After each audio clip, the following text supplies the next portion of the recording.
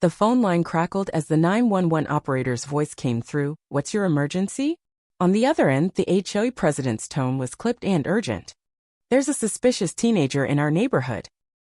He's refusing to follow instructions and acting aggressively." 20 minutes later, I stood frozen, watching in disbelief as police officers surrounded my deaf 13-year-old son on our own sidewalk all because he couldn't hear someone yelling at him. What the callers didn't know was that I'm not just any mom. I'm a retired civil rights attorney, and they just messed with the wrong family. How did a simple afternoon stroll spiral into a $1.2 million judgment that rewrote disability laws across the state? I'd left the courtroom behind years ago to raise my son, but sometimes life drags you back into the fight, especially when injustice stirs something you thought you buried. My name is Emily Carter. 5 years ago, I walked away from my role as a senior partner at Grayson Va Pierce, a top-tier civil rights firm in the state. For 15 years, I'd battled for others' rights. But when my husband, James, died unexpectedly from a hidden heart defect, our son, Liam, born profoundly deaf, needed me more than my career did. The irony wasn't lost on me. I'd spent my life advocating for people with disabilities, yet only truly grasped their struggles when I became a single mom to my deaf son. Liam is my world, kind, tech-savvy, and somehow still trusting despite everything. He inherited James's sharp mind and warm hazel eyes, but his quiet gentleness is all his own. Diagnosed at birth, Liam mastered sign language by 3 with astonishing fluency. James, a software engineer focused on accessibility, built tools to help Liam thrive in a hearing world, including a VY-Soul alert system that turns sounds into phone notifications. I'll never forget Liam's face the first time he tested it, pure awe as he saw the doorbell ring. "Dad made the world talk my way," he signed that night. 3 months later, James was gone. After 2 years of grieving in a house full of memories, I moved us to Willow Creek Estates 3 years ago, a pristine suburb with great schools and a nearby deaf clinic. The tree-lined streets and friendly waves from neighbors felt like the fresh start we needed. But I hadn't counted on Margaret Lawson, Willow Creek's HOA president for 15 years and unofficial gatekeeper. At 62, with sleek silver hair and a wardrobe of crisp blazers, Margaret was a retired real estate mogul who ruled the HOA like her personal empire. She kept property values soaring, a fact she flaunted constantly, and most residents tolerated her iron grip because of it. Trouble started our first week when she showed up with a 22-page HOA rulebook, highlighting sections she assumed we'd violate. When Liam didn't answer her question, she didn't realize he couldn't hear. She leaned in, shouting as if volume could fix deafness. "He's deaf," I explained, signing to Liam. "He reads lips if you face him and speak normally." Her smile stiffened. "That's inconvenient. We have noise rules, but I guess that's not your problem." She chuckled. "I didn't." Liam signed later. "Why'd she treat me like I'm defective?" I told him some people don't get that disability isn't a flaw, it's just a different lens on life. What I didn't know then and only learned later through legal discovery was that Margaret called an emergency HOA meeting after meeting us. The minutes, which our lawyer called a goldmine, revealed discussions about property value risks posed by special needs residents. They'd been watching us from day one, itching for a reason to drive us out. Still, we carved out a good life. Liam excelled at his new school's deaf program and befriended the Miller kids next door, Sophie and Ben, who learned sign language with gusto.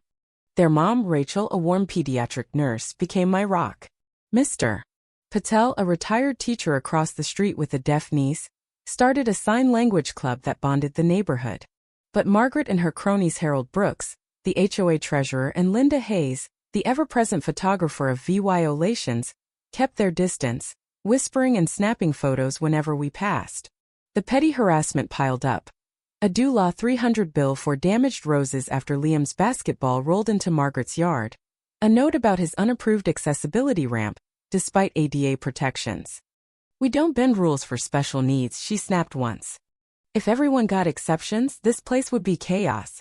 I tried to bridge the gap in VY, TED her to Liam's piano recital for Deaf Awareness Month, offered to host an accessibility talk.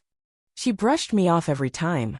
Unbeknownst to me, she was holding secret concerned citizens meetings, convincing allies that disability accommodations threatened their investments. "First ramps, then what group homes," she'd say. That tension exploded one October afternoon, a day that reshaped our lives and our community. Liam had been at the Millers working on a science project. At 4:30 he texted he was walking home 3 blocks he'd done 100 times. His VY Soul alert system, paired with noise-canceling headphones, warned him of nearby sounds. That day, Margaret, already riled from a fight with the city over a new accessibility ordinance, spotted him from her porch. "Hey, stop!" she yelled. Liam, oblivious, glanced at his phone. She stormed toward him, waving her arms. His device pinged about movement. He looked up, smiled politely, and kept walking. "You think this is a joke?" she screamed. "Mr. Patel stepped out, shouting. "He's deaf, Margaret." She shot back. "I know about his disability. It's selective hearing responds when he wants to." "Stunned, Mr. Patel argued. "That's not how deafness works." Margaret waved him off and dialed 911. "Mr. Patel called me as I reviewed pro bono files. Emily, Margaret's calling the police on Liam, says he's defiant." I bolted out, heart pounding with every story I'd read about police misreading deaf people as threats. Rounding onto Elm Street, I saw Liam confused, scare-flanked by Officer Bennett, a tall figure in a crisp uniform, and Margaret, arms crossed, radiating fury. "That's my son," I yelled. "He's deaf, can't hear you." Officer Bennett's hand hovered near his gun before he waved me back. "Ma'am, stay back." "He's deaf," I repeated, signing to Liam. "It's okay, I'm here." Relief washed over his face as he signed. "Why are they stopping me?" Bennett explained, "We got a call about a teen ignoring commands." Margaret doubled down. "He smirked and ignored me." "Because he can't hear," I snapped. Bennett turned to her. "You knew he was deaf?" "Everyone uses that excuse," she huffed. "If he can't respond, he shouldn't be out. Allenite's a liability." Neighbors gasped. "So you called armed police on a deaf kid to protect him?" I asked. Bennett's partner approached. "Witnesses say he's deaf, and this isn't her first issue with them." Then Chief Daniel Ortiz arrived, summoned by an officer who saw the risk. "Ms. Carter," he said. "We met at the deaf workshop. I started your training protocols too late, it seems." To Margaret, "This is your 8th baseless 911 call. It ends now." She sputtered. "I'm HOA president, it's my duty not to waste resources or endanger people," he retorted. As he apologized to Liam in sign, I realized this was bigger than one day.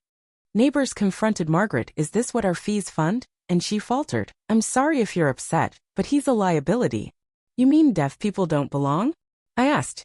She backpedaled, but the damage was done. Mr. Evans, a retired judge, offered legal contacts. That night, I dug into old law books, uncovering a pattern. 80 Fantram of HOA violations targeted minorities, the elderly, and disabled families. With my old colleague Laura Hayes, we sued. Discovery exposed Margaret's crusade, emails rejecting our ramp. Next, it's a hospital, a secret Facebook group plotting against undesirables, and her history of 911 abuse. At trial, Liam's testimony, "I felt like being deaf made me dangerous," moved jurors. Witnesses Rachel, Mr.